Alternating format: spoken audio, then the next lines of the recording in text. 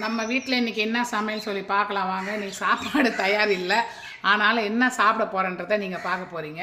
இது வந்து நேற்று வடித்த சாதம். நம்ம வீட்டில் வந்து போலீஸ் ஃப்ரெண்டு வந்திருந்தாங்கன்னு சொன்னல 4 பேர், அவங்களுக்காக நிறைய அரிசி போட்டு வடிச்சிட்டேன். சாப்பாடு மீந்து போச்சு, அதை வீணாக்கிறதுக்கு மனசு இல்லை, அதனால் தண்ணி ஊற்றி வச்சுட்டேன்.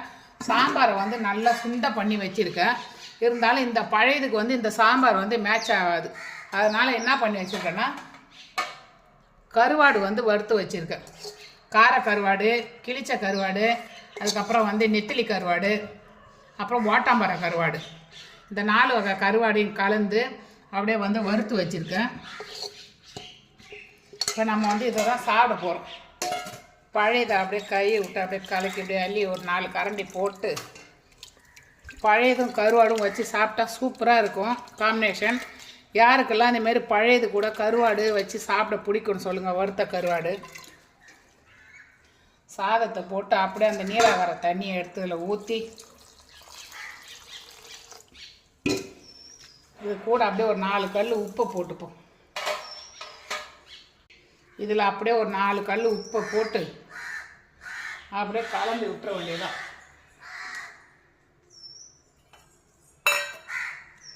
தொட்டுக்க வந்து பார்த்திங்கன்னா கருவாடு,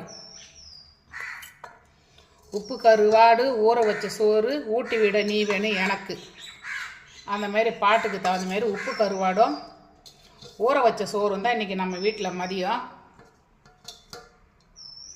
யாருக்கெல்லாம் இந்தமாரி உப்பு கருவாடும் ஊற வச்ச சோறு சாப்பிட பிடிக்கும்னு சொல்லுங்கள்.